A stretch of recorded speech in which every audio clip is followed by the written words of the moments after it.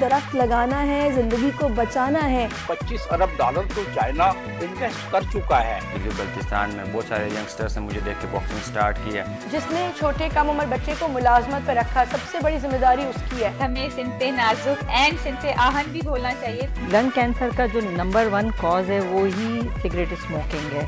शीशा इससे भी ज़्यादा डेंजरस है और इसको टोटल डिस्करेज करने की ज़रूरत है।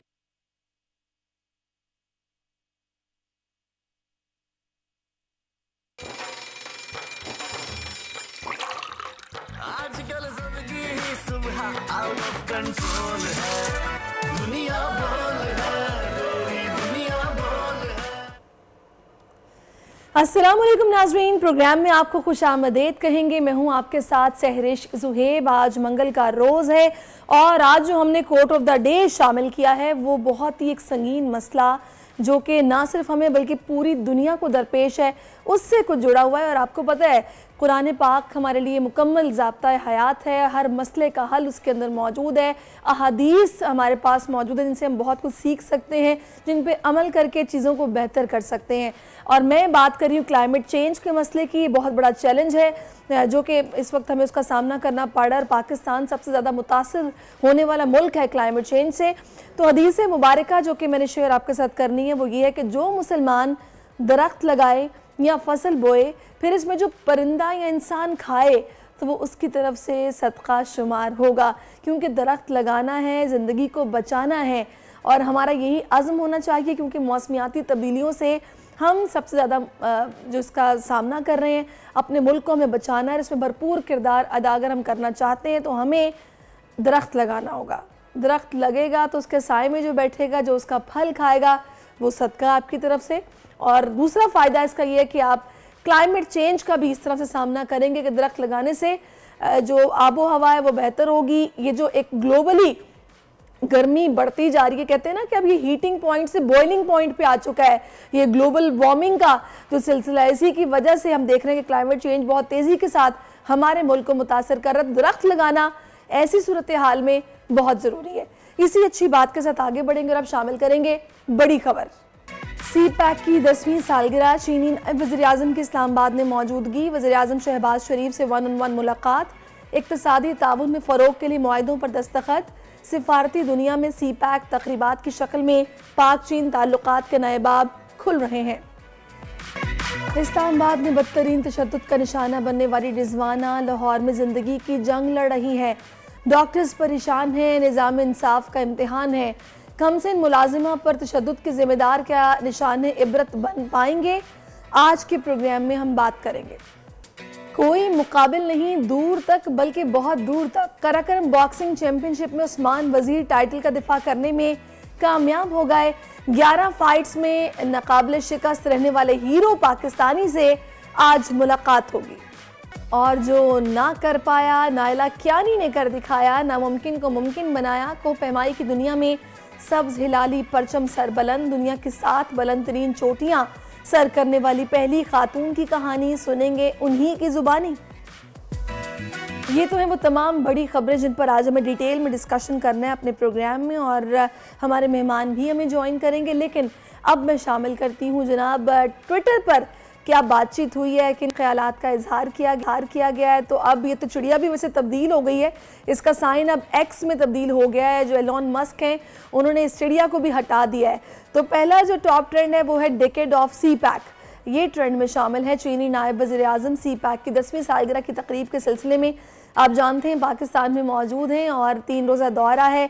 इस्लामाबाद में तातील भी दी गई है और चीन के नायब वज़ीर-ए-आज़म को हिलाल पाकिस्तान अवार्ड से भी नवाजा गया है। सारिफीन की जानिब से सोशल मीडिया पर CPEC की सालगिरह का जश्न मनाया गया है।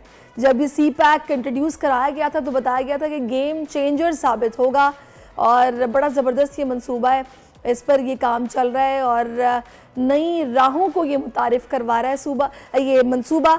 तो लिहाजा अब इसके 10 साल मुकम्मल होने पर भरपूर तरीके से हमने जश्न मनाया और हमारे जो चीनी नायब वज़ीर-ए-आज़म है, जो हमारे अच्छे दोस्त हैं, वो इस वक्त पाकिस्तान में मौजूद हैं। तो लोग इस पर खुलकर अपने अपने ख्यालात का इजहार कर रहे हैं।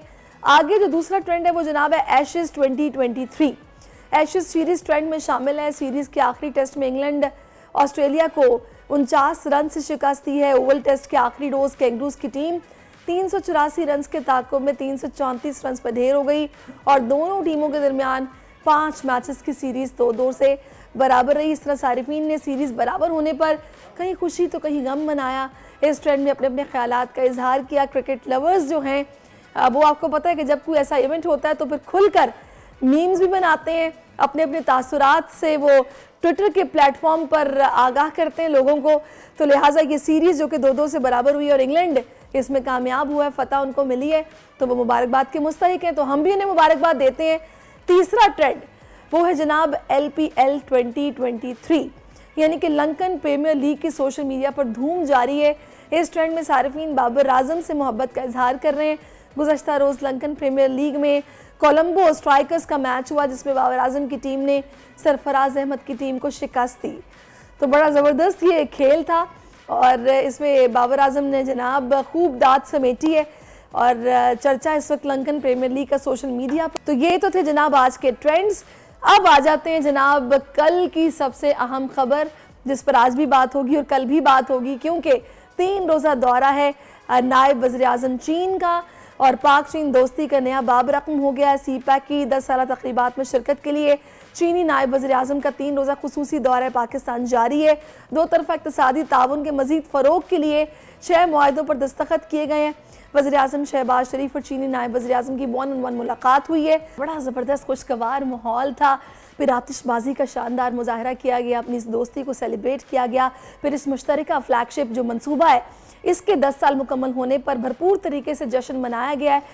और इसी पर बात करने के लिए इस वक्त हमें साबिक सफ़ीर हैं डॉक्टर जमील अहमद ख़ान साहब वो ज्वाइन कर चुके हैं। डॉक्टर साहब बहुत शुक्रिया आपके वक्त का। सबसे पहला सवाल मेरा अब आपसे यह कि हमारा देरीना दोस्त जिसके हवाले से हम कहते हैं कि शहद से मीठी पहाड़ों से ऊंची हमारी दोस्ती चीन के साथ हर मुश्किल वक्त का साथी हमारा, तो अभी ये जो मंसूबा जिसको 10 साल मुकम्मल हुए हैं ये मुश्तरका फ्लैगशिप मंसूबा, उसके बाद 6 और बताया गया कि यादाश्तों पर दस्तखत हुए और ये भी कहा गया कि चीन मजीद सरमायाकारी करेगा। अभी जो सिचुएशन है हालिया किन नई जहतों का आगाज़ हो रहा है, कितनी मजीद समझे अब तक़वियत मिल रही है इन याददाश्तों से या फिर इन आपस के मुआहदों से पाक चीन दोस्ती को? हमारे ताल्लुकात और ये मुआहदात इसके समरात ये आगे बढ़ते जा रहे हैं और इसमें कोई अचंभे की बात नहीं है। जो दुनिया का इस वक्त मंजरनामा चल रहा है उस मंजरनामे में ये रिलेशन हमारे तो खैर पहले से भी शहद से मीठी फौलाद से मजबूत और समुद्रों से गहरी है, इसमें कोई शक नहीं।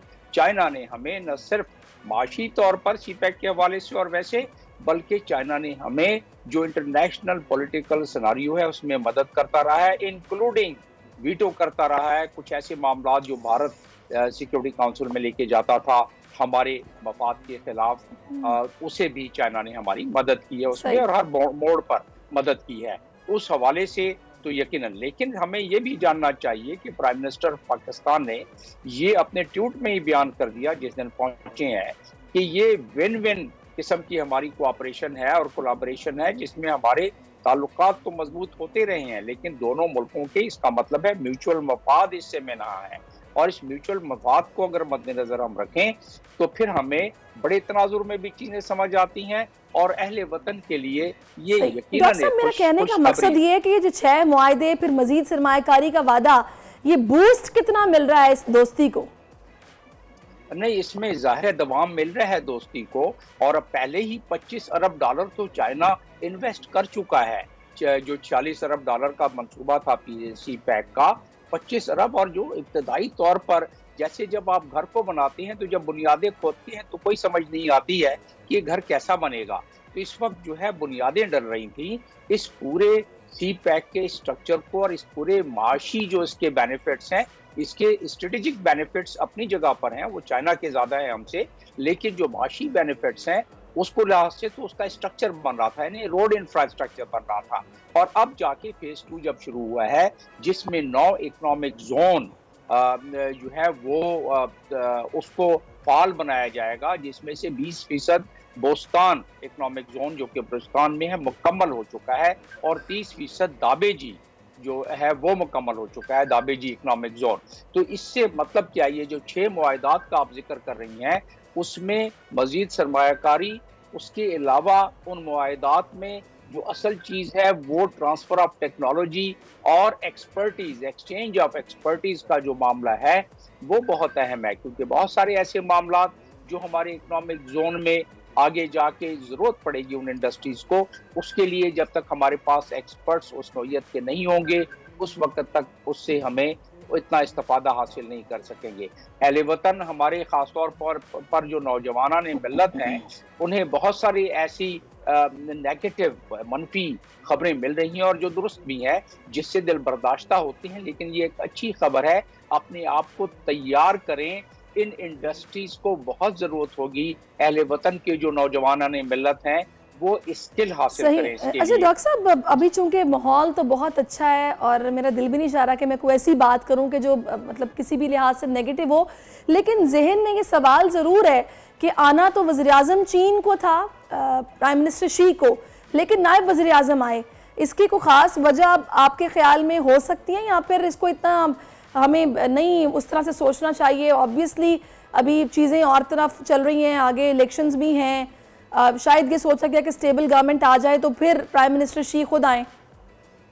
जी बिल्कुल, ये मामल भी मुमकिन है, लेकिन असल बात ये है कि ये शख्सियत जो वाइस प्रेसिडेंट आए हुए हैं लाइफेंग, ये इनकी शख्सियत ये $60 ट्रिलियन के जो इंडस्ट्रीज, प्रॉपर्टी और बाकी जो सेक्टर्स हैं चाइना में, ये उसकी देखभाल कर रहे हैं।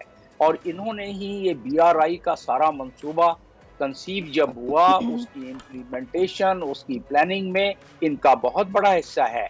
ये वाइस प्राइम मिनिस्टर साहब, ये इसके साथ साथ जो राइट हैंड मैन हैं प्रेसिडेंट के शी जिनपिंग के, और साथ ही ये डायरेक्टर हैं उनके सेंट्रल कम्युनिस्ट पार्टी के डायरेक्टर हैं, और उसकी अहमियत किसी और मेंबर से सबसे ज़्यादा है, और ख़ुद भी ये वाइस प्राइम मिनिस्टर हैं। तो ये आपके सवाल का मुख्तसर जवाब कि ये राहें हमवार कर रहा है, और मेरे तखमीने के मुताबिक शी जिनपिंग प्रेसिडेंट भी जल्द ही विजिट करेंगे, क्योंकि जो इस वक्त मंजरनामा चल रहा है खित्ते में, उस मंजरनामे में मुझे बिल्कुल वाज़ेह नज़र आ रहा है कि शी जिनपिंग आएंगे और वो हमारे पास विजिट अन करीब करेंगे। लेकिन ये शख्स एक ऐसा शख्सियत है, ये prime minister, vice prime minister, कि उनके रिकमेंडेशन पे आगे सारी चीज़ों, ये BRI का $4 ट्रिलियन का प्रोजेक्ट है।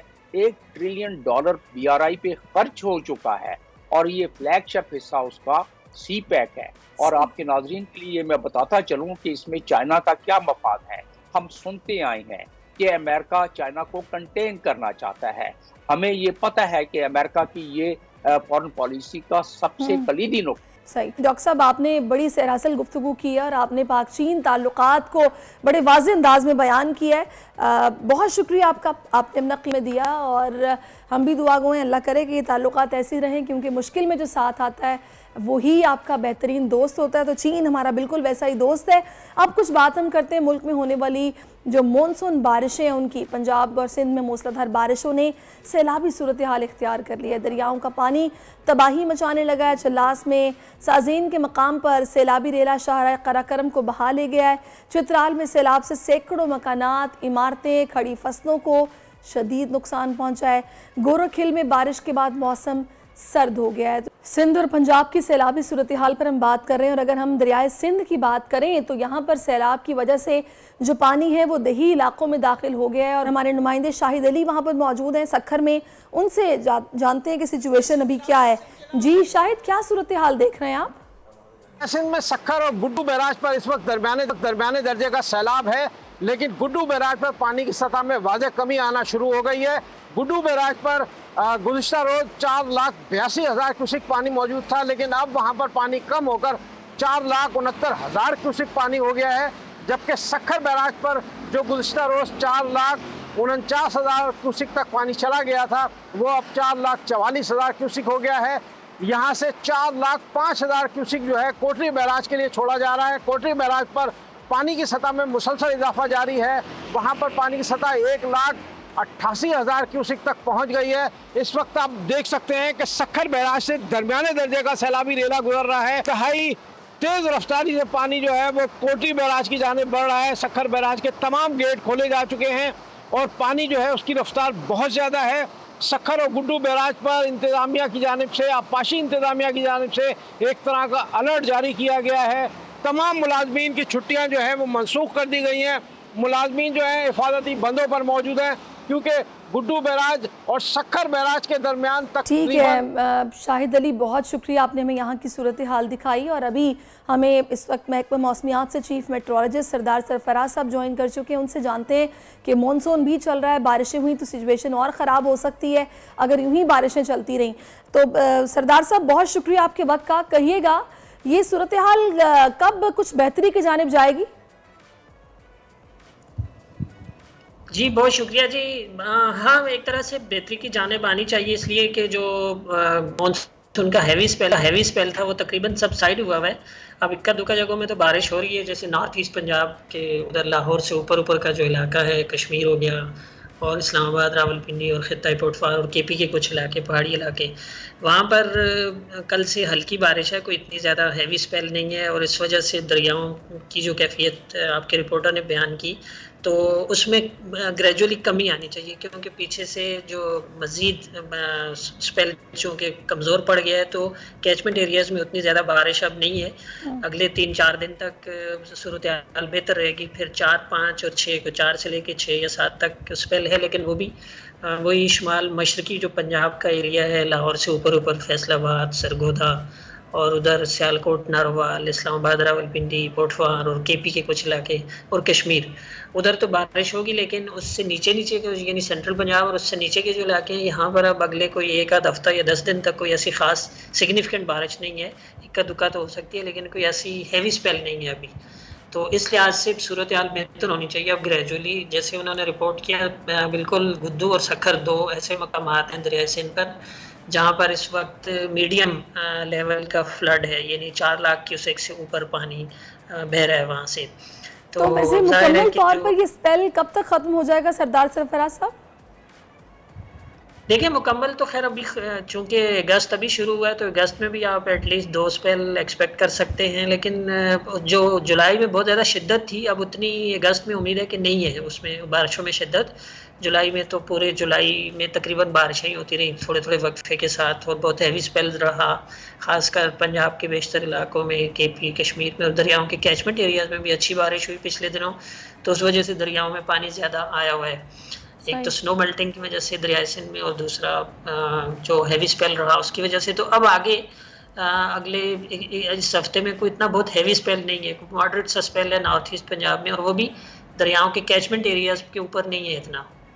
सही। अच्छा, अब सरदार साहब कराची में मौसम की क्या सूरत हाल रहेगी? क्योंकि हम ये देख रहे हैं कि रात में भी हल्की फुहार हमने मुख्तलिफ इलाकों में देखी और मौसम तो 2-3 दिन से अबर आलूद है, उस तरह से धूप नहीं निकली है। तो यहाँ पर मौसम कैसा रहने वाला है अगस्त के महीने में? देखिए ये तो कराची की नॉर्मल फीचर होती है ना, जुलाई के आखिरी 10 दिन और फिर अगस्त का पूरा महीना तकरीबन इसी तरह से चलता है। बेशतर वक्त में क्लाउडी वेदर होता है, उसकी वजह यही होती है कि सी ब्रीज अच्छी पूरे अरेबियन सी पर अच्छी फ्रीक्वेंसी और अच्छी स्पीड से स्प्रेड ओवर हो चुकी होती है, तो उसके नतीजे में ये लो क्लाउड्स आते हैं। ये तो नॉर्मल फीचर है कराची की। वो कोई ऐसी मतलब जो क्या जैसे कहते हैं ना सिग्निफिकेंट बारिश जैसे पिछले दिनों 21 से लेकर 24 और 25 के दरमियान होती रही वक्फे से, उस तरह की बारिश नहीं है अभी। अगले कोई 10-12 दिन कह लें आप, अगस्त के मिड तक कोई ऐसा खास स्पेल नहीं है पूरे सिंध में ही। इक्का दुक्का जगहों पे हो सकती है कोई लाइट रेन हो जाए, कोई मॉडरेट रेन हो जाए। कराची की जो आपने बात की तो ये जनरली ऐसा ही weather throughout the day cloudy, और फिर सुबह में और रात में जब टेम्परेचर थोड़ा गिरता है तो बूंदाबांदी हल्की बारिश फुहार पड़ती है, कहीं कहीं हल्की बारिश हो जाती है। यही ट्रेंड रहेगा अगले हफ्ते 10 दिन तक। सरदार साहब बहुत शुक्रिया, आपने अपना वक्त हमें दिया। और प्रोग्राम में भी मुझे एक ब्रेक शामिल करनी है, ब्रेक के बाद फिर से आपकी खिदमत में हाजिर होते हैं। Stay with us. जी वेलकम बैक नाजरीन। और अब हीरो पाकिस्तानी में मैं आज आपकी मुलाकात करवाऊंगी फ़ख्रे गिलगित बल्तिस्तान यानी कि उस्मान वज़ीर से, जिनके नाकाबिली जो शिकस्त इनिंग्स हैं वो जारी है। पाकिस्तानी बॉक्सर ने अब तक 11 फाइट्स खेली हैं जो कि नाकाबिल शिकस्त हैं।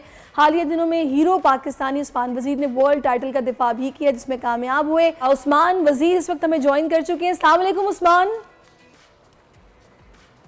अस्सलाम वालेकुम, कैसे हैं आप? खैरियत से? अल्हम्दुलिल्लाह। उस्मान, पहले तो आपको बहुत बहुत मुबारकबाद।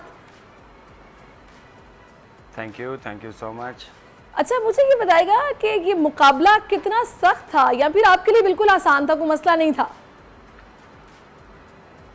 नहीं, डेफिनेटली बहुत लाइक क्योंकि वो अनडिफिटेड थे, मैं भी अनडिफिटेड था। मैं 10-0 था, वो 8-0 था। तो डेफिनेटली एक ने लाइक आज तक वो भी नहीं आ रहा था, मैं भी नहीं आ रहा था। तो लाइक मेरा बहुत टफ एक लाइक मेरे जो कैरियर की एक टफ फाइट थी। तो अल्हम्दुलिल्लाह मेहनत अच्छी की थी तो अल्लाह ताला ने जितवा दिया मुझे। अच्छा, आपने कहा मेहनत अच्छी की थी, तो मेहनत आपने जो की है ज़रा बताएंगे? ट्रेनिंग कितनी की, कैसे की, डाइट क्या रखी? बिल्कुल इसका ट्रेनिंग कैंप होता है हम लोग के जो है इंटरनेशनल जो हमारे कोचेज़ हैं वो ट्रेनिंग प्लान करते हैं कि हर फाइट का एक अपना ट्रेनिंग प्लान होता है। हर फाइट का डिफरेंट लाइक डाइट प्लान होता है। कभी हम वेट जल्दी कट करते हैं, कभी बाद में। तो अच्छा था, पहले लाइक इस्लामाबाद में कैंप लगा रहा और उसके बाद फिर कोचेस ने डिसाइड किया, क्योंकि आपको पता है जैसे गिलगित है, क्योंकि बल्तिस्तान हाइट है उस वहाँ पे, तो वहाँ पे लाइक ऑक्सीजन टोटली डिफरेंट है। तो वहाँ पे ये होता है कि आपको ऑक्सीजन कम मिलता है। जब आप वहाँ पे ट्रेनिंग करते हैं तो हमारी इंडोरेंस बहुत अच्छी होती है, फिज़िकल फिटनेस में हमारा लाइक बहुत डिफरेंस आता है। तो उनने फिर लास्ट 3 वीक्स का कैंप वहाँ पे शिफ्ट किया, हम वहाँ पे चले गए ट्रेनिंग कैंप को। तो अल्हम्दुलिल्लाह काफ़ी अच्छा ट्रेनिंग कैंप था और डाइट भी जो न्यूट्रिशन था उनने काफ़ी हमारा ख्याल रखा। और लाइक जिस तरह मैंने वेट कट करना था, एक तो अच्छा एक एडवांटेज ये था कि गर्मियाँ थी तो इजीली हमें स्वेट हो रहा था। तो अल्हम्दुलिल्लाह सब अच्छे से हो गया। चलें, ज़बरदस्त। अच्छा उस्मान, इस फाइट के हवाले से बताइएगा, वो भी अनडिफिटेड था, आप भी माशाल्लाह से अपने टाइटल का दिफा कर रहे थे। दरमियान में कहीं लगा कि यहाँ पे मतलब भारी पड़ रहा है या फिर कुछ मुश्किल हो रहे हैं मामलात, या फिर थ्रू आउट आपको मौका मिला कि आप नॉकआउट करते रहे? नहीं बिल्कुल ना। जब स्टार्ट हुआ तो डेफिनेटली आपके लाइक माइंड में होता है कि वो भी अनडिफिटेड है, आप भी हो, मगर एक प्रेशर होता है। और डेफिनेटली एक होम ग्राउंड था मेरा, ऑलमोस्ट 15,000 to 20,000 लोग आए थे मुझे वहाँ सपोर्ट करने। तो बहुत प्रेशर था, होम ग्राउंड का भी प्रेशर था। तो बस यही था कि फोकस एक ही था कि बस अपना लाइक अपनी कंट्री पाकिस्तान में फ़ाइट है और अपने कंट्री को रिप्रेजेंट कर रहा हूँ। और अच्छा, वैसे उस्मान, ये ट्रेनिंग में और ये डाइट प्लान आप लोग फॉलो करते हो, महीने का खर्चा कितना आ जाता है इस पे तकरीबन? इसका बहुत एक्सपेंस है। लाइक अगर आप जिस लेवल पर मैं कह रहा हूँ वर्ल्ड यूथ चैम्पियनशिप और इनमें, तो ऑलमोस्ट अगर हम पाकिस्तानी के तो 6 to 8 लाख पर मंथ आपका एक्सपेंस होता है, आपकी कोई चीज़ वगैरह सबको फीस वगैरह देके। तो ये उस्मान आपको कोई स्पॉन्सर करता है या फिर आप खुद बेयर करते हो, सेल्फ फाइनेंसिंग? देखें, इसी में मैं शुक्रिया अदा करना चाहता हूँ जो हमारी FCN है, गिलगित की जो FCN है हमारी आर्मी, उनने हमें सपोर्ट किया। मेजर जनरल काशिफ साहब ने, जो GB गवर्नमेंट के चीफ सेक्रेटरी है मोहिद्दीन वानी साहब, उनने काफ़ी सपोर्ट किया। और उन दोनों से मैंने रिक्वेस्ट की और चीफ सेक्रेटरी से मेरी बात भी हुई थी। उनने कहा था कि हम अभी आपको बुलाएंगे और GB गवर्नमेंट की तरफ से हम मंथली आपके लिए एक ऐसा सपोर्ट सिस्टम देंगे जिससे आप इजीली अपना ट्रेनिंग कैंप कर सको। क्योंकि मैं वर्ल्ड के यूथ में इस टाइम टॉप में हूँ, तो मुझे कोचेस, मेरा न्यूट्रिशन, मेरे जिम फीस, जो जितने भी एक्सपेंस आपको पता है टॉप लेवल एलीट में आप होते हैं तो बहुत ज़्यादा होता है। तो अभी उम्मीद है कि उन्होंने मुझे बुलाया चीफ सेक्रेटरी मोहिद्दीन वानी साहब ने। आप नाकाबिले शिकस्त रहे हो माशाल्लाह, आप ज़ाहिर है टैलेंट है, आप पाकिस्तानी हैं, पाकिस्तान का नाम रिप्रेजेंट करते हैं आप। तो हुकूमत से आप अपील करेंगे कोई, क्या वो आपको सपोर्ट करते हैं या फिर मतलब किसी भी तरह से आपकी मदद, टिकट्स वगैरह, बहुत खर्चा है ट्रेनिंग से हट के भी? देखें, जैसे कि कंट्री है और एक तो ये प्रोफेशनल स्पोर्ट्स है, आपको पता होगा इसमें बड़े बड़े नाम जैसे मोहम्मद अली किले, अच्छा हमारे पाकिस्तान से आमिर खान, जितने सुपरस्टार हमारे निकले हैं, तो ये बहुत एक एक्सपेंसिव स्पोर्ट्स है। और देखें पाकिस्तान में ऑलरेडी फेडरेशन, हमारे बॉक्सिंग की 2-3 फेडरेशन है, पता ही नहीं है कि कौन सी फेडरेशन है जो एमेच्योर है। तो वो प्रोफेशनल को, तो एमेच्योर को सपोर्ट नहीं हो रहा तो प्रोफेशनल को कैसे सपोर्ट होगा। और मैं ज़रूर जो गवर्नमेंट हमारे पाकिस्तान की है और जो GB गवर्नमेंट हमारे नए CM आए हाजी गुलबर साहब, उनसे मैं रिक्वेस्ट करता हूँ कि इसी तरह बॉक्सिंग के इवेंट करवाएं, मुझे सपोर्ट करें। क्योंकि मैं एक सब के लिए एग्जांपल हूँ, अपनी कंट्री के लिए भी और अपने सूबे में गिलगित बल्तिस्तान में बहुत सारे यंगस्टर्स ने मुझे देख के बॉक्सिंग स्टार्ट की है। तो वो जितना अच्छा मुझे ट्रीट करेंगे, जितने अच्छे फैसिलिटी देंगे, तो वो और मोटिवेट होंगे। तो वहीं मेरे जो CM साहब हैं, जो हमारे न्यू CM बने हाजी गुलबर साहब, उनसे भी मैं रिक्वेस्ट करता हूँ कि बॉक्सिंग के लिए इनिशिएटिव लें, मुझे सपोर्ट करें, ताकि हम पाकिस्तान के अंदर क्रिकेट की तरह एक बॉक्सिंग को भी बहुत ज़्यादा लाइक अचीवमेंट हम लेके आ सकते हैं। बहुत टैलेंट। तो उस्मान, अभी नेक्स्ट क्या प्लान है आपका? बिल्कुल, अभी मैं वर्ल्ड यूथ चैम्पियनशिप मैंने डिफेंड किया लास्ट, 24 जून को। तो अल्हम्दुलिल्लाह मैंने 2 दफ़ा डिफेंड किया, 2 टाइम मैं अपना वर्ल्ड यूथ चैम्पियनशिप वर्ल्ड का चैम्पियन रहा अपना। तो अभी मेरा यही कि अंडर 25 में अप रैंकिंग में मैं जाऊँ जो एलीट है। तो इंशाल्लाह मेरी नेक्स्ट फ़ाइट सितंबर में, तो मेरा प्लान है कि अब एलीट में मैं इंशाल्लाह 2-3 फाइट्स लड़ूँ रैंकिंग की। उसके बाद जो टाइटल में जो अपॉर्चुनिटी मिलेगी फिर मैं वो लड़ूँ। तो इसी तरह मैं और वर्ल्ड टाइटल्स ओपन में पाकिस्तान के लिए जीतना चाहता हूँ। सही, चलें जी, हमारी तरफ से आपको मुबारकबाद है, बेस्ट ऑफ लक है। आप ऐसे ही खेलते रहें, पाकिस्तान का नाम रोशन करते रहें। और जाते जाते कोई टिप, कोई मैसेज अगर आप देना चाहें वो बच्चे जो बॉक्सिंग को ज्वाइन करना चाहते हैं उनके लिए। ऐसे ही मैं जितने भी यंगस्टर्स हैं मैं उनको एक हमेशा ही मैसेज देता हूँ, जब भी आप एक अपने स्टडी के साथ मिशन लेके चलते हैं कोई भी, लाइक अपने सूबे के लिए अपने कंट्री के लिए आप ज़रूर सोचा करें, सिर्फ अपना सेल्फ का ना सोचें। और जितने भी लाइक हेल्दी एक्टिविटी आप वो क्या करें जिससे आपकी फैमिली प्राउड करे, आपका कंट्री प्राउड कर सके। और जब भी आप घर से निकलते तो हमेशा किसी की मदद करने का ज़रूर सोचें। इसी तरह हम अपने पाकिस्तान को, क्योंकि बल्तिस्तान जितने भी सूबे हैं इनको हम बेहतर कर सकते हैं, जो हमारा विज़न है। तो इंशाल्लाह हम यूथ ही हैं जिसने पाकिस्तान का मुस्तकबिल संभालना है। तो यही है कि जब यूथ से काम होगा तो डेफिनेटली हम लोग टॉप में भी जाके बहुत अच्छा काम कर सकते हैं। तो बस हमेशा पॉजिटिव काम करें। चलें जी, बहुत शुक्रिया आपका उस्मान वज़ीर, आप हमारे साथ मौजूद रहे। बॉक्सिंग चैम्पियनशिप में उस्मान वज़ीर ने जनाब अपने टाइटल का दिफा करने में कामयाब हुए हैं और हमारे साथ मौजूद थे। इंस्पिरेशन है जूनियर्स के लिए, यंग बच्चों के लिए जो कि इनको देख के बॉक्सिंग शुरू करेंगे। और ऐसी एक्टिविटी का लाइफ में होना बहुत ज़रूरी है। आप अगर एक हेल्दी लाइफस्टाइल अपनाना चाहते हैं तो उसमें स्पोर्ट्स या फिर कोई ऐसी एक्टिविटी ज़रूर होनी चाहिए। अब आगे बढ़ेंगे और उस खबर की बात करेंगे जो कि बहुत ही अफसोसनाक खबर है, जिसको पढ़ते हुए दिल रंजीदा हो जाता है। 24 जुलाई को जुल्म का शिकार नन्ही रिजवाना अस्पताल के बिस्तर पर ज़िंदगी की जंग लड़ने में मसरूफ़ है। एक हफ्ते से लाहौर के जनरल अस्पताल में ज़ेरे इलाज रिजवाना की हालत फिर से बिगड़ गई है। डॉक्टर्स ने आइंदा 48 घंटे अहम करार दे दिए हैं। अहले खाना ने बोल न्यूज़ को बताया कि डॉक्टर्स ने बच्ची के लिए दुआ का कहा है। तो एक रिपोर्ट आप देखिए, उसके बाद मैं कोशिश करती हूँ कि हमारे साथ मौजूद हो चाइल्ड प्रोटेक्शन ब्यूरो से, ताकि उनसे पूछा जाए कि आखिर ऐसे वाक़यात की रोकथाम के लिए क्या करना होगा। नन्ही सी बच्ची जिसने इतना जुल्म बर्दाश्त किया, इतनी तकलीफ़ बर्दाश्त की और अभी भी उसकी तकलीफ़ ख़त्म नहीं हुई कि वो अस्पताल के बिस्तर पर ज़िंदगी और मौत की जंग लड़ रही है। अल्लाह ताला उसको सेहतयाब करे, उसको शिफा दे। हमारी दुआएं रिजवाना के साथ हैं। और मैं बात करूंगी इस वक्त चाइल्ड प्रोटेक्शन ब्यूरो से। सारा अहमद हमें ज्वाइन कर चुकी हैं। Sara, welcome to our show, thank you so much for your time. मुझे ये बताइएगा सारा कि आखिर हमारे मुल्क में ये वाक़यात, इससे पहले आपने तैयबा टॉर्चर केस देखा था, उसके अलावा कई ऐसे केसेस हैं जो कि रिपोर्ट नहीं होते, कई ऐसे बच्चे हैं जो कि घरों में काम कर रहे हैं, उनका इस्तेसाल हो रहा है, कोई देखने वाला, कोई पूछने वाला नहीं है, कोई चेक एंड बैलेंस नहीं है। और हम लोग इंडिविजुअली भी कोई रिस्पॉन्सिबिलिटी नहीं निभाते कि बताएं कि भाई फलाने घर में ये कुछ हो रहा है, कोई कुछ नहीं करता। आखिर ऐसा क्यों है?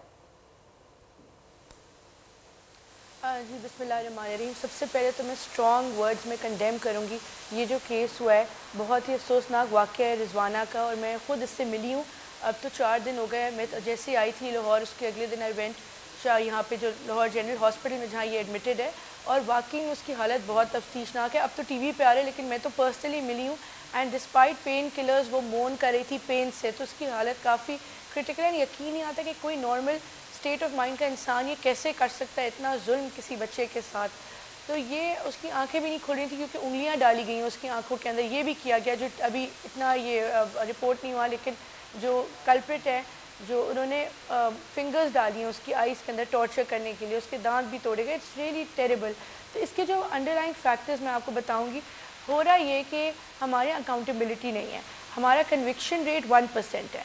तो जब ये कन्विक्शन रेट होगा, सज़ाएँ नहीं मिलेंगी, तो फिर ऑफकोर्स फिर दूसरे लोग भी ये करते हैं।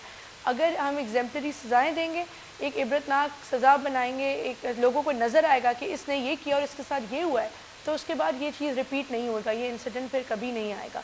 अब इसमें लॉज मौजूद हैं, कवानीन हैं, और अभी दिफा आपको पता है पहले तो पुलिस ने बड़ी वीक FIR की थी रजिस्टर, उसके बाद हमने प्रेशर डाल के वो दिफात ऐड करवाई हैं। तो I am grateful to the prime minister, the chief minister Punjab, IG Punjab, जिन्होंने हेल्प की वहाँ सिक्योरिटी फराम करने में, क्योंकि बच्ची की माँ ने मुझे बताया कि उनको थ्रेट्स मिल रही थी।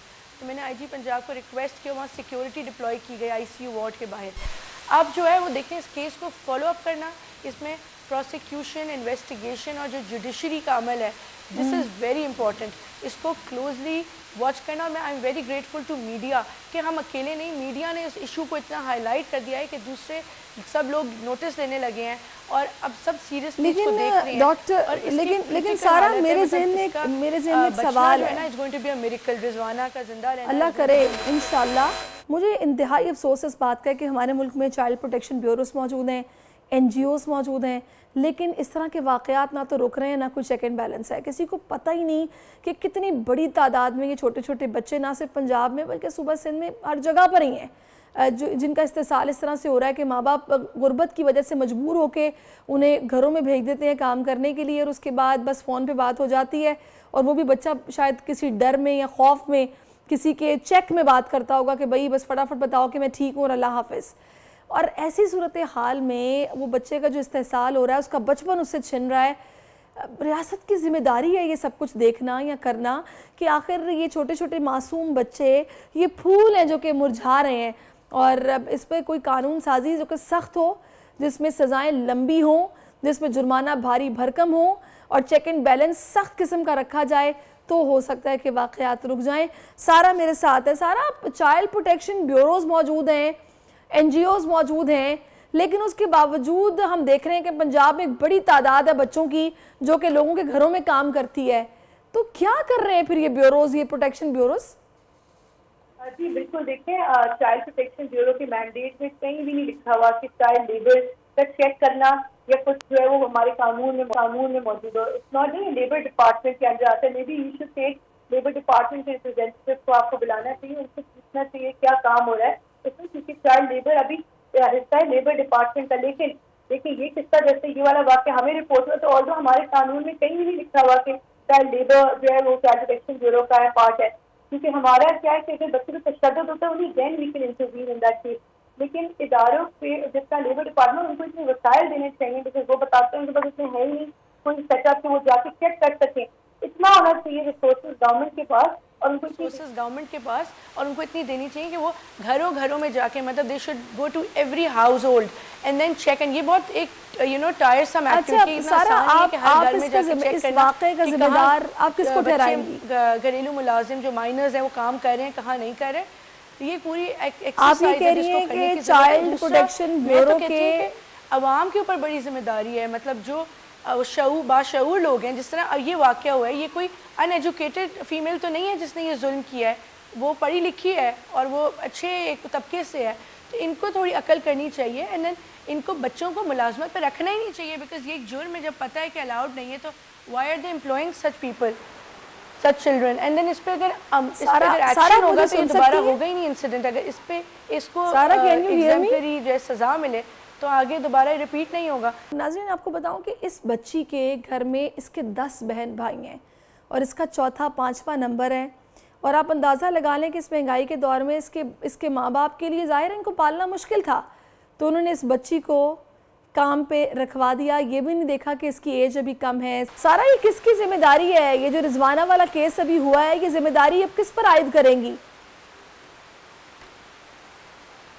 देखें, ये अब एक हमारा एक जो है सोशल इशू है, चाइल्ड लेबर का एक बहुत बड़ा सोशल इशू है जिस पर सबको मिल के काम करने की ज़रूरत है। देखें, जो एम्प्लॉयमेंट पे रख रहा है, सबसे पहले तो मैं उसको कसूरवार ठहराती हूँ, जिसने छोटे कम उम्र बच्चे को मुलाजमत पर रखा। सबसे बड़ी जिम्मेदारी उसकी है, क्योंकि सबको पता है कि बच्चों को मुलाजमत पर अलाउड नहीं है, तो सबसे पहले तो उसको सजा मिलनी चाहिए चाइल्ड लेबर में रखने की। दूसरी सजा मिलनी चाहिए जो इस तरह का बेमाना तशद्दुद किया कि उसको अटेम्प्ट टू मर्डर जो है वो ऑलमोस्ट उसने किया है। तो ये दो तो मैं सबसे पहले कसूरवार ठहराती हूँ जिसने एम्प्लॉयमेंट पे रखा है। और जब सर आप लोग आवाज़ क्यों नहीं उठाते? आप लोग आवाज़ क्यों नहीं उठाते कि इस पर कानून साजी सख्त की जाए और सजाएं लंबी दी जाएं, मुजरिमान को कैफरे किरदार तक पहुंचाया जाए, सिर्फ कानून ना बनाया जाए, सख्ती से अमल दरामद भी करवाया जाए? ये कौन बात करेगा? ये इस तरह के केसेस तो रिपोर्ट हो रहे हैं, होते रहेंगे ऐसे। मैं तो जी देखिए, मैंने तो अपील की है चीफ जस्टिस ऑफ पाकिस्तान से, क्योंकि ये बहुत बड़ा इशू बन गया है। एंड ये सिर्फ पाकिस्तान का इंटरनल मैटर नहीं है, ये पूरे पाकिस्तान की आलमी सतह पर बदनामी का बहुत बायस बन गया। जिस तरह पहले भी तैयबा का केस हुआ, एक जज की वाइफ ने उस पर जुल्म किया इसी तरह, और वहाँ उसको उसके बाद पाकिस्तान को ग्रे लिस्ट में डाल दिया गया। और यूएस स्टेट डिपार्टमेंट ने भी कहा कि चाइल्ड ट्रैफिकिंग का केस पाकिस्तान को कहा गया कि चाइल्ड ट्रैफिकिंग के वाकयात में आप काम करें अपने मुल्क में। तो इसको मद्देनजर रखते हुए मैं chief justice of Pakistan honourable chief justice साहब को अपील की है, पिछले 2 दिन पहले अपील की, आज भी कर रही हूँ कि इससे सुओ मोटो नोटिस है ताकि इस केस की हियरिंग रोजाना की बुनियाद पर, जिस तरह दूसरे केसेस की हियरिंग रोज बुनियाद पे होती है, डेली बेसिस पे, ये बहुत इंपॉर्टेंट केस है हमारे बच्चों के। एक तो हमारा सारा ये अलमिया है कि जब कोई ऐसा वाकया हो जाता है, जब कोई, बिल्कुल आप सही कह रही हैं, हर रोज होनी चाहिए ताकि जल्द से जल्द सजा पता चले किसको मिलनी चाहिए और वो सजा मिले और लोगों को नजर आए सजा मिलते रहे। अच्छा, मैं ये कह रही हूँ कि बिल्कुल आप सही कह रही हैं कि इमेज भी पाकिस्तान का ख़राब हो रहा है, लेकिन पता नहीं क्यों इस तरह के वाक़यात रोनुमा होने के बाद ही हमें ख्याल आता है कि हम अपील भी करें और हम इस पर बात भी करें, आवाज़ भी उठाएं। क्यों? क्योंकि अभी ऐसी कई रिजवाना होंगी जो मुख्तलिफ घरों में उनका इस्तेसाल हो रहा होगा, वो बर्दाश्त कर रही होंगी, हम तो बस बैठ के बात कर रहे हैं। तो ये जिम्मेदारी जिनकी है उनको निभानी पड़ेगी। बिल्कुल, इसके पेरेंट्स तो मजबूर हैं, गरीब लोग हैं, वो क्या करें, जाहिर है भूखे तो नहीं सो सकते। बिल्कुल, मैं तो आपसे एग्री कर रही हूँ। मैं आपको बता रही हूँ कि मुआशरती तौर पे हम सबको एज सिटीजन की जिम्मेदारी निभानी चाहिए और कम उम्र बच्चों को मुलाजिमत में नहीं रखना चाहिए। मोहल्ले वालों को, जैसे नेबरहुड में लोग हैं, उनको भी जिम्मेदारी अदा करनी चाहिए। अगर कहीं पे काम हो रहा है तो इन्फॉर्म करें। अगर किसी किस्म का कोई भी वहाँ पे इशू है बच्चों रिलेटेड तो हेल्पलाइन है 1121, उस पर इन्फॉर्म करें। हमने, मैं आपको अपना बता रही हूँ, 1 साल में 250 केसेस चाइल्ड टॉर्चर के हमें रिपोर्ट हुए, जिनमें हमने इंटरव्यून किया और ये बच्चे हमारे पास अभी चाइल्ड प्रोटेक्शन ब्यूरो में रह रहे हैं। मैंने रिजवाना की फैमिली को ऑफर किया कि जैसे इंशाल्लाह वो ठीक हो जाती है उसको अपने घर पे वापस नहीं भेजा जाए, क्योंकि मुझे लगता है वो वहाँ पर उसको दोबारा रखवा देंगे, because they are very poor, वो बहुत गरीब लोग हैं। उनके 9 और बच्चे हैं जिनको उन्होंने रखवाया मुलाजमत। तो मैंने उनसे रिक्वेस्ट की उसको हमें दे दें चाइल्ड प्रोटेक्शन ब्यूरो, जिस तरह हम बाकी 1200 बच्चों की कफालत कर रहे हैं गवर्नमेंट ऑफ पंजाब, उसी तरह इसकी जो है वो इसके तालीम, तरबियत, स्किल डेवलपमेंट और जॉब तक, मतलब everything will be responsibility of the child protection bureau which is under the government of Punjab. तो मैंने रिक्वेस्ट की है उनकी फैमिली से, एंड हम सबको चाहिए बेसिकली कि इस चीज़ पे इस तरह काम हो सकता है कि इस तरह आगाही बढ़ाएं, लोगों को बताएं कि जेल में ऊपर से जब सजाएं होंगी ना, only then it will automatically stop. अगर एक इंसान को सजा मिल जाएगी। बिल्कुल, बहुत शुक्रिया आप मेरे साथ मौजूद रही, चाइल्ड प्रोटेक्शन ब्यूरो की चेयरपर्सन। और मुझे तो पता नहीं क्यों, मुझे समझ नहीं आती ये कौन लोग हैं, इनको ये नहीं पता कि रोज़े महशर इनसे सवाल होगा। उस मासूम बच्ची के चेहरे से मुस्कुराहट आपने छीन ली, और इतना टॉर्चर। वो कोई आदि मुजरिम थी, वो कोई दहशतगर्द थी जिसके साथ आपने अपनी फ्रस्ट्रेशन निकाली और उसका ये हाल कर दिया।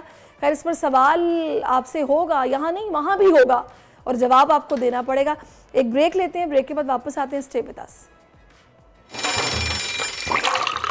आजकल जिंदगी ही सुबह आउट ऑफ कंट्रोल है, दुनिया बोल है, तेरी दुनिया बोल है। वेलकम बैक नाजरीन। तो हीरो पाकिस्तानी में मैंने पहले आपकी मुलाकात करवाई उस्मान वजीर से, और अब मैं आपकी मुलाकात करवाने जा रही हूँ एक ऐसी खातून से जो दीगर पाकिस्तानी ख़वातीन के लिए भी मोटिवेशन का नाम है। पाकिस्तानी खातून को पैमा नायला कियानी ने नांगा पर्वत सर कर लिया। एक कारनामा अंजाम देने वाली पहली पाकिस्तानी खातून बन गई हैं। नायला कियानी 8000 मीटर से बुलंद 7 चोटियाँ सर करने वाली पहली पाकिस्तानी खातून है। नायला हमें ज्वाइन कर चुकी हैं। अस्सलाम वालेकुम नायला। अस्सलाम वालेकुम, कैसी हैं आप? बिल्कुल ठीक हूँ, आप कैसी हैं? मैं बिल्कुल ठीक ठाक हूँ नायला। ख़वातीन को तो सिन्फ़े नाजुक कहा जाता है, लेकिन माशाल्लाह आप तो वो करके दिखा रही हैं कि जो मेरा ख्याल है कुछ मर्द भी नहीं कर पाते। नहीं, बिल्कुल, मैं इसलिए बोलती हूँ कि हमें सिन्फ़े नाजुक एंड सिन्फ़े आहन भी बोलना चाहिए, बिकॉज हम नाजुक और स्ट्रॉन्ग दोनों हो सकती है एट द सेम टाइम। बिल्कुल। अच्छा, आपने 8 मुश्किल तरीन चोटियाँ सर की हैं, अपना एक्सपीरियंस शेयर करें। सबसे मुश्किल चोटी आपको कौन सी लगी और सबसे आसान कौन सी थी? दुनिया में, जस्ट फॉर एवरीवन्स अवेयरनेस, दुनिया में 8000 से ज़्यादा ऊपर की 14 पीक्स हैं, उनमें से मैंने 8 कर ली हैं। उसमें एवरेस्ट है, K2 नांगा पर्वत। तो मुझे ईजीएस्ट जो लगी, टू बी ऑनेस्ट, कंपैरेटिवली मुझे नांगा पर्वत लगी। नांगा पर्वत किलर माउंटेन कहा जाता है, बट मुझे कंपैरेटिवली मुश्किल पहाड़ है फॉर श्योर, लेकिन मुझे वो इजी लगा बाकी से कंपेयर करके। और जो सबसे मुश्किल वो गशब्रुम 1 लगा, क्योंकि इसमें मौसम ख़राब था, रस्सी नहीं थी, टेक्निकल क्लाइंब करके जाना था।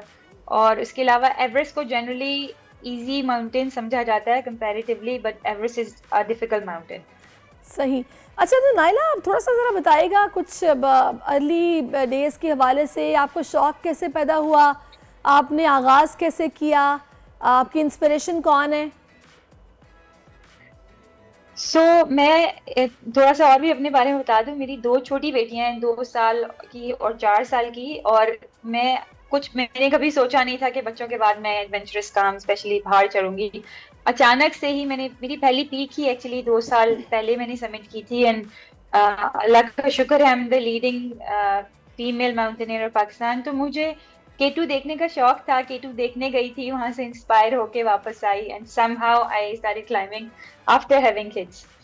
अच्छा, माशाल्लाह, यानी आपके बच्चे भी हैं? माशाल्लाह, कितने बच्चे हैं आपके? मेरी 2 बेटियां हैं, एक 2 साल की है, एक 4 साल की है। और वही बेसिकली मेरी इंस्पिरेशन है कि मैं मेक श्योर करती हूँ कि अल्लाह ताला से दुआ करके जाती हूँ कि आराम से समिट हो, खैरियत से वापस आए। एंड आई थिंक उसकी वजह से शायद यूजुअली ये समिट ज़रूरी नहीं है कि आपके सक्सेसफुल हो एक्सपेडिशन।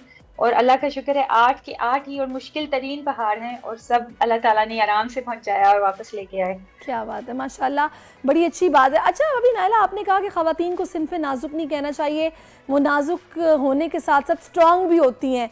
तो स्ट्रॉन्ग जनाब ऐसे तो नहीं हुआ जाता, इसके लिए आपको अपना ख्याल रखना पड़ता है, अपनी डाइट का ख्याल रखना पड़ता है और इसके लिए डिटर्मिनेशन भी चाहिए। तो ये आप कहाँ से गेन करती हैं? मैं बचपन से ही, मुझे स्पोर्ट्स खेलने का शौक है। तो मैं काफ़ी साल, मैंने यूनिवर्सिटी टाइम से बॉक्सिंग स्टार्ट की थी और कम्पीट भी किया है बॉक्सिंग में एज एन एमेच्योर बॉक्सर।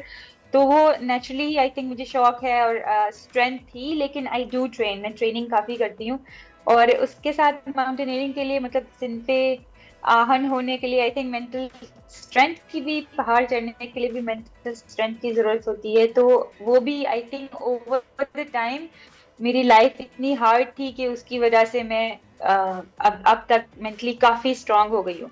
बड़ी इंस्पिरेशन है आप भी दीगर बच्चियों के लिए। और मेरा ख्याल है कि आजकल की बच्चियों को होना भी ऐसे ही चाहिए, बजाय इसके कि मोबाइल में और गैजेट्स में घुसी रहें और अपना टाइम वेस्ट करें, किसी न किसी फ़िज़िकल एक्टिविटी में आएँ, ये शौक़ रखें, ये आगे चलकर आपके काम आएगा, आप हेल्दी लाइफ गुजारेंगी। और ख़वातीन को तो वैसे ही ज़्यादा अच्छा खाने की ज़रूरत होती है क्योंकि उन्होंने बच्चे पैदा करने होते हैं, ज़्यादा रिस्पॉन्सिबिलिटी उन पर होती है। Thank you so much Naila आपके टाइम के लिए, और अल्लाह करे किसी तरह पाकिस्तान का नाम रोशन करती रहे और ऐसे ही स्ट्रॉन्ग रहें। ख़वातीन के लिए आप इंस्पिरेशन हैं। अब जनाब एक बड़ी अहम इशू पर मैं बात करूँगी जो कि ख़वातीन से ही रिलेटेड है। पाकिस्तान के सबसे बड़े सूबे पंजाब की बात करूँगी जहाँ पर ख़वातीन गैर महफूज हो गई हैं। 1 जनवरी 2023 से 30 अप्रैल 2023 तक पंजाब में कितनी ख़वातीन को अगवा किया गया, कितनी को कत्ल किया गया, कितनी ख़वातीन का रेप किया गया, एक रिपोर्ट आई है जो कि होश रुबा इंकशाफात है। आखिर इसके पीछे वजूहात क्या हैं और इदारे कहाँ पर हैं? इतनी बड़ी तादाद में ख़वातीन जो कि अगवा भी हो रही हैं, रेप भी हो रहा है, कत्ल भी हो रहा है। हमारे नुमाइंदे जाफ़र बिन यार ने हमें ज्वाइन किया है। जाफ़र बताएगा, ये पंजाब में जो पुलिस की रिपोर्ट आई है इसमें तो होश रुबा इंकशाफात है। अगर 4 महीनों में ये सूरत हाल है तो अभी तो पूरा साल है, ये तादाद कहाँ जाएगी? ये हो क्या रहा है? जी बिल्कुल, आपने ठीक कहा कि ये पंजाब है और पाकिस्तान का सबसे बड़ा सूबा है। यहाँ पे आप सूरत हाल देखें कि ख़वातीन कितनी महफूज हैं। और बड़े ये अफसोस से मुझे ये कहना पड़ रहा है, ये कोई अच्छी चीज़ बयान करने वाली नहीं, लेकिन ये पंजाब पुलिस की अपनी रिपोर्ट है। ये जनवरी 2023 से लेके 30 अप्रैल 2023 तक ये किसी सरकारी जगह पे रिपोर्ट पेश की गई है, जिसमें ये जो खौफनाक इंकशाफात सामने आए हैं कि किस तरह ख़वातीन के जो रेप किए गए, किस तरह ख़वातीन के अगवा किए गए, मर्डर किए गए, इंसानी स्मगलिंग की गई। ये सारी जो रिपोर्ट थी पंजाब से मुतल्लिक थी। इसमें मैं आपको छोटी छोटी जो अहम चीज़ें हैं वो बता दूं कि ये जो रिपोर्ट 4 माह की तैयार की गई है, इसमें जो ख़वातीन का अगवा किया गया इस हवाले से बताया गया है 5551 ख़वातीन है जिनका अगवा किया गया। ये पंजाब के 36 ज़िला की रिपोर्ट है जिसमें मुख्तलिफ ज़िला का जिक्र किया गया और उसमें बताया गया है कि किस किस ज़िला में ख़वातीन का अगवा किया गया। और जो है इसके अलावा जो है उनका रेप के हवाले से जो रिपोर्ट है वो बड़े खौफनाक जो अदादो शुमार थे कि अभी 4 माह हुए हैं, तो उस हवाले से जो पुलिस की कारकर्दगी आपके सामने है कि ख़वातीन कितनी महफूज हैं। 1111 ख़वातीन है, ये 4 माह में इनका रेप किया गया पंजाब के मुख्तलिफ ज़िला में। इसके अलावा जो ख़वातीन को कत्ल किया गया है इनकी तादाद 53 यानी कि 53 बताई गई। इस तरह ख़वातीन की स्मगलिंग है, ख़वातीन पर जो तशद्दुद के वाक़यात है वो 219 है। परेशान ये बात सोच के हो रही हूँ कि वो लोग जो ख़वातीन के हकूक़ की बात करते हैं आखिर वो कहाँ पर हैं, कहाँ हैं वो NGOs जो कि ख़वातीन के हकूक़ की बात करती हैं, सड़कों पर निकलती हैं। क्या ये सब हक़ाइक़ उनके सामने नहीं है? कोई चेक एंड बैलेंस रखने वाला नहीं है? ये पुलिस की अपनी रिपोर्ट है, पुलिस खुद क्या कर रही है फिर इन मामलात पर?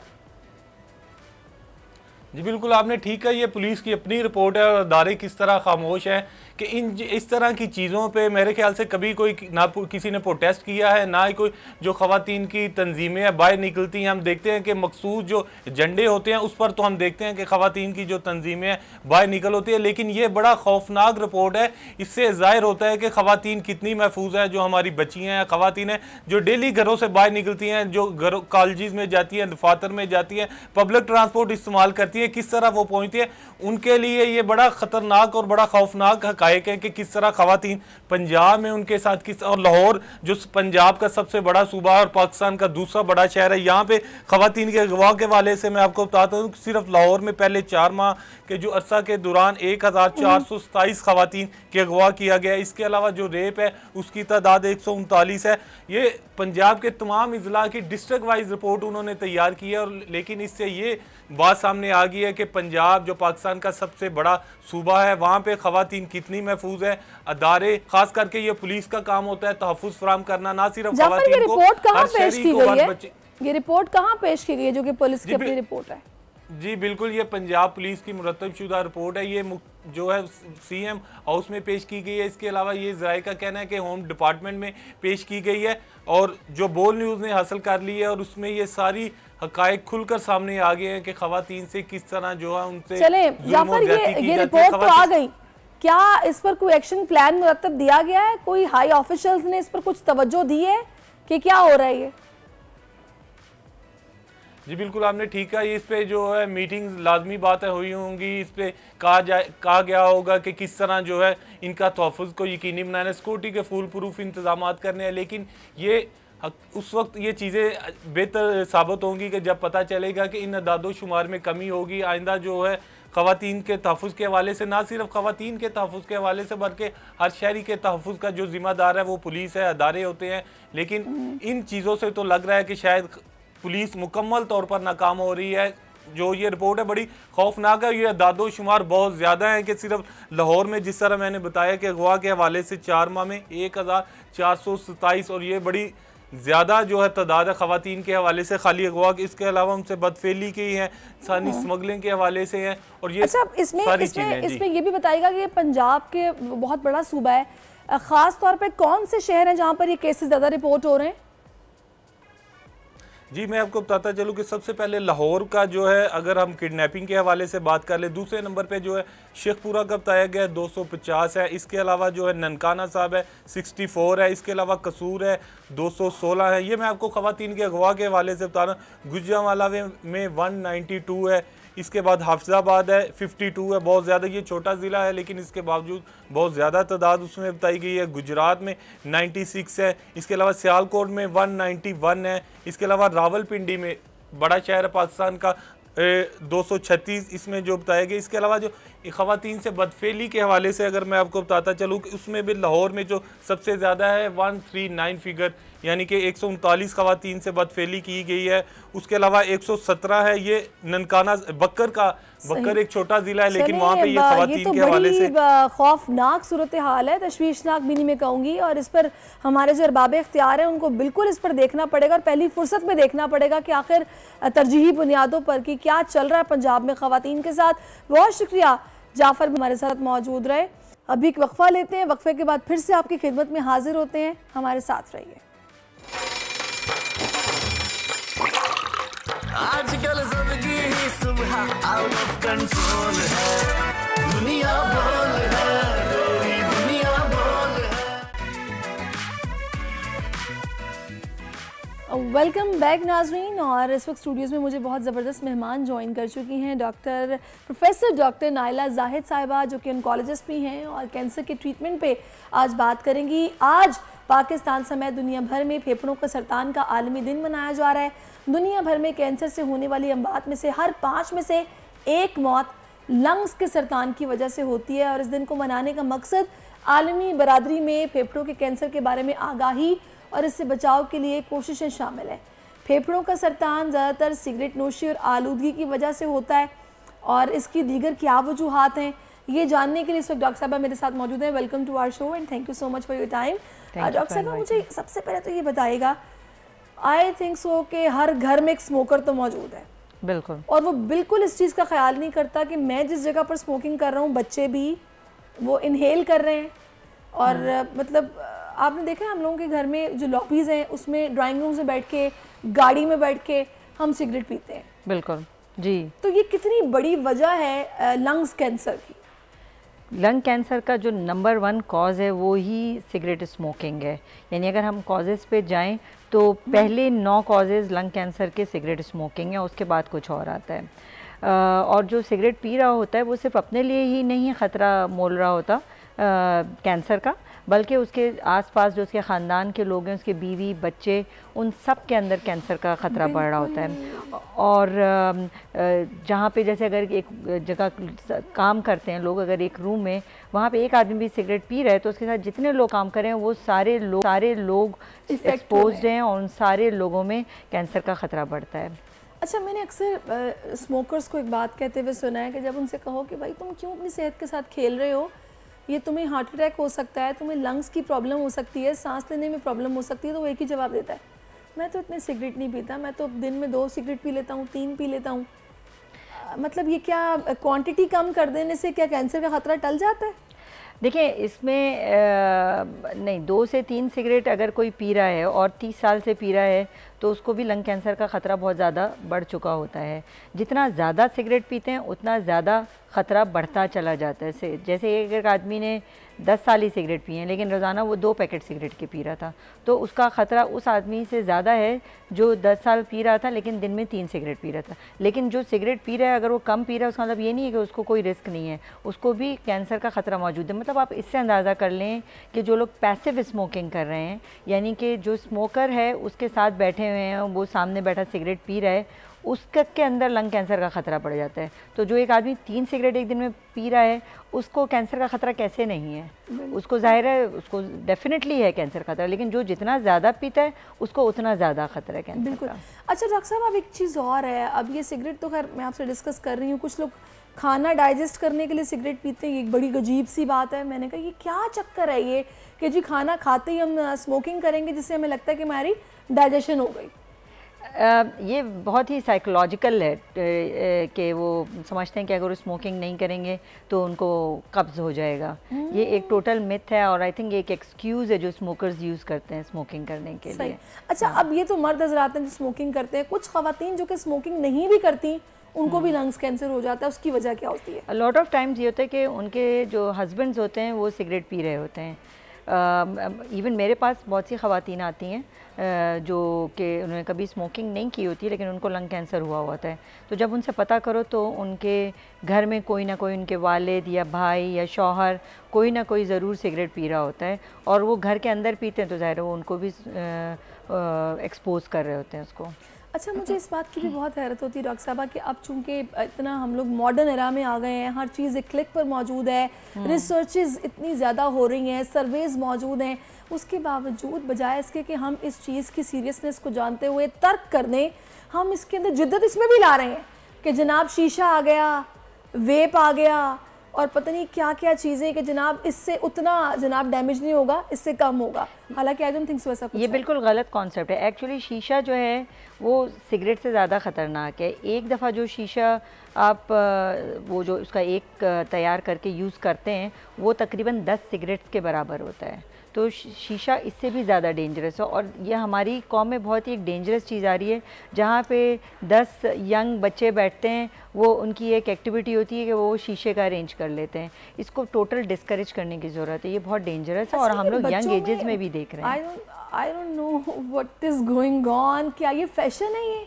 मतलब आप जैसा भी बात की कि 10 बच्चे बैठते हैं, वो शीशा मंगवा लेते हैं और बस जनाब वो इंजॉय कर रहे हैं, ये मतलब ये फ़न है, पार्टी है, फैशन है, क्या है ये? इसको यानी कि वो एक तरह की एंटरटेनमेंट अब समझने लगे हैं कि जब वो साथ बैठते हैं तो वो एक अरेंजमेंट इसका भी हो चुका होता है, लेकिन what they are not realising कि इन द लॉन्ग टर्म ये इनके लिए बहुत ही ख़तरनाक साबित हो सकता है। समझ नहीं आ रही पेरेंट्स कहाँ पे होते हैं। बिल्कुल एग्जैक्टली पेरेंट्स को भी इसमें बहुत, आई थिंक पेरेंट्स को इसकी सिवियरिटी अभी मालूम नहीं है, तो आई थिंक हम इस तरह के प्रोग्राम से लोगों में एक इसका जनरल नॉलेज ला सकते हैं। इवन आप रेस्टोरेंट्स वगैरह में भी जाएं, वहाँ आप बाकायदा उनके उसमें वो एक शीशे का वो अलग बना हुआ होता है कि आपको कौन सा वाला चाहिए, यू नो, तो ये चीज़ें, बट उसके साथ ये भी लिखा हुआ होना चाहिए कि ये जैसे सिगरेट के लिए लिखा हुआ आता है, इस तरह हुक्के के साथ भी लिखा होना चाहिए कि ये सेहत के लिए मुज़िर है।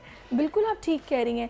अच्छा मुझे ये बताएगा डॉक्टर साहबा, एक तो इसकी वजह आपने ये बता दी, वेप हो गया, उसके अलावा ये जो भी ये सारे चीज़ें हैं, हुक्का, शीशा, सिगरेट, हम जिस माहौल में सांस ले रहे हैं, जितनी आलूदगी हमारे इर्द गिर्द है, अगर आप बाहर आउटसाइड मतलब आउट ऑफ कंट्री विज़िट करें, ट्रैवल करें, तो आप देखते हैं कि विजन कितना क्लियर है कि आप अगर सामने कोई चीज़ देख रहे हैं तो आपको वाज़े नज़र आएगी, और हम जिस जगह पर हैं कि हमें दूर सिर्फ धूल ही नज़र आएगी, और जब सर्दियाँ आती हैं तो समझ नहीं आती कि ये औस पड़ रही है या फिर ये धूल है। तो ये कितना इफेक्ट कर रही है पाकिस्तानियों को, स्पेशली जो रेशो इतना बढ़ गया है। जी बहुत सारे केमिकल फ्यूम्स हैं जो कि कैंसर के ख़तरे को बढ़ा रहे होते हैं, और जो हमारे यहाँ इंडस्ट्रीज़ हैं उनके वेस्ट का डिस्पोजल का मेकैनिज़्म क्या है, और आप बिल्कुल सही कह रहे हैं, स्पेशली जैसे कि कॉस्मोपॉलिटन सिटी जैसे कराची है, इसमें तो पोल्यूशन बहुत ज़्यादा है, सिर्फ फैक्ट्रीज़ की वजह से नहीं, हमारे यहाँ ओवरऑल देखें तो ट्रैफिक लोड भी बहुत ज़्यादा है, तो उसकी वजह से जो गैसेस वगैरह पोल्यूशन कर रही हैं, और फिर वेस्ट मैनेजमेंट कोई नहीं है, तो मतलब वेस्ट की वजह से जो एयर पोल्यूशन हो रही है, ये सारी चीज़ें जो हैं, इन सारी चीज़ों से ऐड ऑन होता है। एक चीज़ केमिकल है एस्बेस्टॉस, वो भी इससे रिलेटेड है लंग कैंसर से। फिर एक जो पेंट में एक स्प्रे होता है, फॉरगेटिंग द नेम, लेकिन उससे भी रिस्क, तो हमारे यहाँ जो वर्क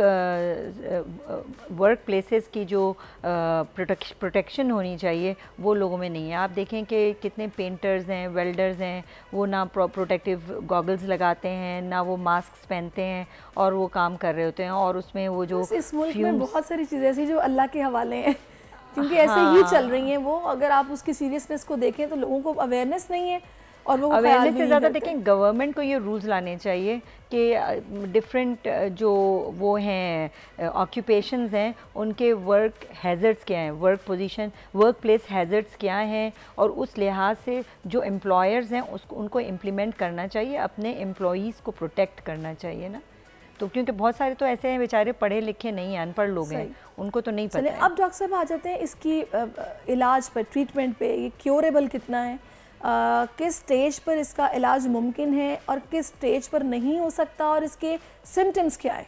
अच्छा, सिम्टम्स में तो मेनली मुस्तकिल अगर किसी को खांसी रह रही हो, या सांस बहुत ज़्यादा फूल रही हो, वज़न कम होना शुरू हो जाए, ये सारी अलामात जो हैं लंग कैंसर की होती हैं। और इसमें एक, क्योंकि देखिए दो चीज़ें होती हैं, एक होता है प्रिवेंशन जो कि स्मोकिंग रोकने और पोल्यूशन से बचने से होता है, दूसरा है अर्ली डायग्नोसिस, यानी कि जितना जल्दी पता चल जाएगा उतना ज़्यादा इसके क्योर के चांसेस हैं। हम लोग तो सीरियस भी तो नहीं लेते ना, आपको प्रॉब्लम शुरू हुई है, अच्छा वैसे सांस फूल रहा होगा, वीकनेस हो गई है, रेस्ट कर लो, हाँ। तो इससे वो चीज़ इग्नोर हो जाती है, बिल्कुल, और फिर वो बस फिर काम। लेकिन अब जैसे कि जो स्मोकर्स हैं जिनमें हमें पता है कि इसका रिस्क ज़्यादा है, उनके लिए अब एक स्क्रीनिंग टेस्ट आ गया, उनको साल में अपना एक दफ़ा अपना एक लो डोज CT ज़रूर कराना चाहिए। ये स्पेशल CT स्कैन होता है जिसमें अगर कोई छोटा सा भी स्पॉट आ जाए लंग के अंदर कैंसर का, तो वो जल्दी पता चल जाता है, अगर उस वक्त ट्रीट कर लिया जाए तो कैंसर क्योर हो सकता है। तो लेकिन हमारे यहाँ स्मोकर्स अनफॉर्चुनेटली हमारे यहाँ पूरी कौम ही डिनाइल में रहती है, हमारे साथ तो ये नहीं हो सकता, तो लोग ये टेस्ट करवाते नहीं हैं। तो दिस इज़ वेरी इंपॉर्टेंट कि जितने स्मोकर्स हैं उनका साल में एक दफ़ा लो डोज CT ज़रूर हो जाए।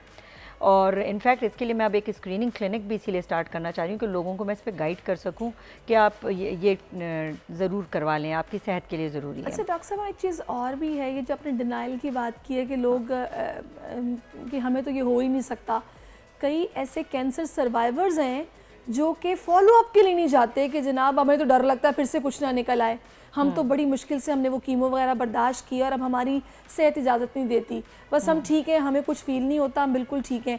ये फॉलो अप कितना ज़रूरी है और इसका चेकअप कितने अरसे बाद करवाना लाजमी है, ये भी बताइएगा। हाँ देखिए, अगर किसी को कैंसर हुआ और उसका ट्रीटमेंट हो गया यानी क्योर हो गया, तो उसका अगर कैंसर का वापस, एक तो डिपेंड करता है कैंसर के वापस आने का ख़तरा अकॉर्डिंग टू स्टेज होता है। जैसे सबसे कम ख़तरा स्टेज 1 में है और स्टेज 4 तो वैसे फैली हुई बीमारी होती है।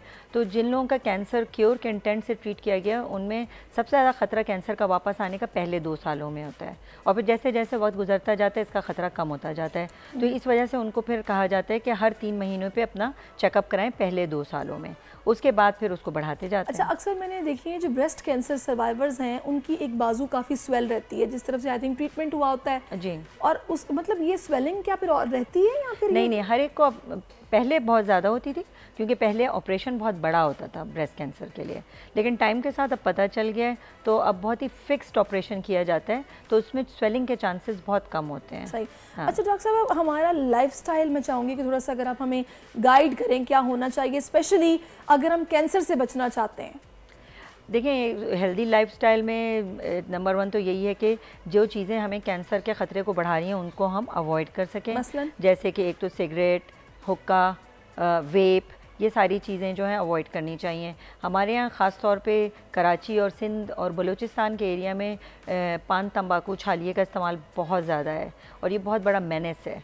तो और इस वजह से हमारे यहाँ इस एरिया में बाकी पाकिस्तान के मुकाबले में हलक का और मुंह का कैंसर बहुत ज़्यादा है। तो ये वो चीज़ें जिनको हमें अवॉइड करने से हम कैंसर के ख़तरे को कम कर सकते हैं। फिर तीसरी चीज़ आ गई कि वेट मेंटेन, मोटापे के साथ ब्रेस्ट कैंसर का ताल्लुक बहुत ज़्यादा है तो वेट कंट्रोल। तो फिर चौथी चीज़ जो है वो ये कि हेल्दी लाइफस्टाइल, बैलेंस डाइट जिसमें कि प्रोटीन्स भी हों, वेजिटेबल्स भी हों, क्योंकि अगर हम गोश्त का इस्तेमाल ज़्यादा करते हैं तो आंतों का कैंसर का ख़तरा बढ़ जाता है।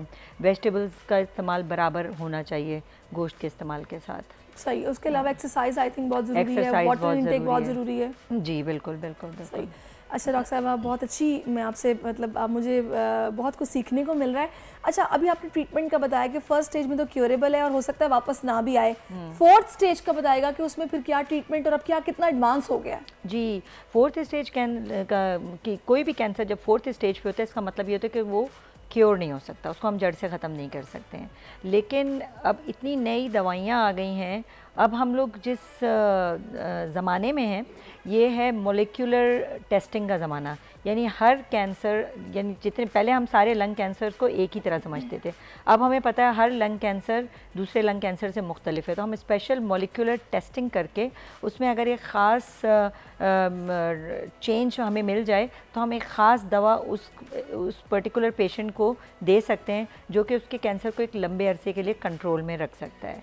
और इस तरह से इवन 4थी स्टेज की बीमारी में भी अब बहुत मरीज़ ऐसे हैं जो एक नॉर्मल ज़िंदगी गुजार सकते हैं। मेरे पास कुछ डॉक्टर्स आते हैं जो कि ये कहते हैं कि हमें बायोप्सी नहीं करानी चाहिए, बायोप्सी कराने से कैंसर फैल जाता है।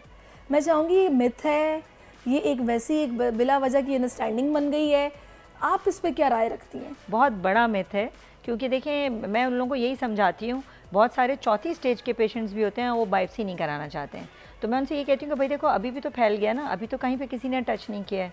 जब अगर इसको बायोप्सी हो जाएगी तो फिर हमें एग्जैक्टली पता चलेगा किस किस्म का लंग कैंसर है, क्योंकि पहले हम लोग लंग कैंसर्स को टोटल 4 कैंसर्स में डिवाइड करते थे।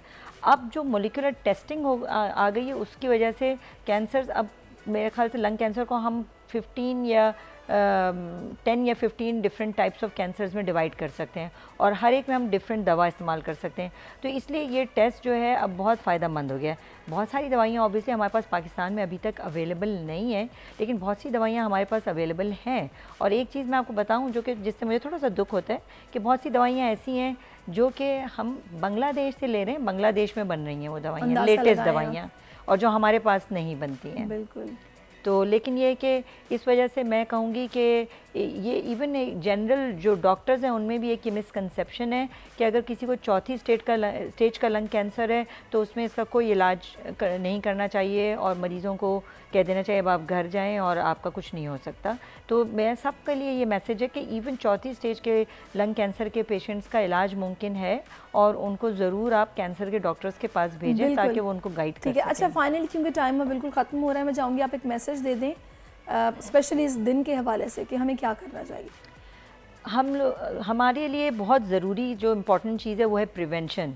सिगरेट, एक तो पहली बात ये कि सिगरेट कितना महंगा होता जा रहा है, आपके पॉकेट पे एक लोड पड़ रहा है। जितने स्मोकर्स हैं मुझे उनको मशवरा है कि जितना खर्च वो अपने सिगरेट पे करते हैं वो एक जगह जमा करते जाएं और उससे कोई अच्छी चीज़ खरीद लिया करें। कितनी अच्छी बात आपने बताई है, लेकिन मजबूरी, ये जो लत है ना, लत ये मजबूर करती है कि जनाब सिगरेट के लिए पैसे ज़रूर निकालें लेकिन खुदा का वास्ता अपनी सेहत के साथ मत खेलें। Thank you so much professor doctor Naila Zahid, health expert oncologist हमारे साथ थी, आपका बहुत शुक्रिया। मुझे इसके साथ ही नाज़रीन इजाज़त दीजिए, अपना बहुत ख्याल रखिए, सिगरेट छोड़ दें, ये मौत है, इसके अलावा कुछ नहीं है। अपने बच्चों के साथ ज़िंदगी को एंजॉय करें। अल्लाह हाफ़िज़। आजकल जिंदगी ही सुबह आउट ऑफ कंट्रोल है, दुनिया बोल है, पूरी दुनिया बोल है। डिजिटल लोन स्कैम, आवाम को कर्जों के जाल में फंसाकर लूटने वाले भेड़िए बेनकाब। बोल की काविशें बराबर साबित हो गईं, ऑनलाइन कर्ज माफिया के गिर्द घेरा तंग हो गया है। बोल ने दिया अपने आवाम का साथ, उठाई इस स्कैम के खिलाफ आवाज। बोल की डिजिटल लोन स्कैम के खिलाफ आगाही मुहिम की सबसे बड़ी ट्रांसमिशन 59% आवाम ने देखी अपनी स्क्रीन पर, क्योंकि बोल है पाकिस्तान का नंबर 1 न्यूज चैनल। सब्सक्राइब करें और बेल दबाएं ताकि कोई खबर रह न जाए।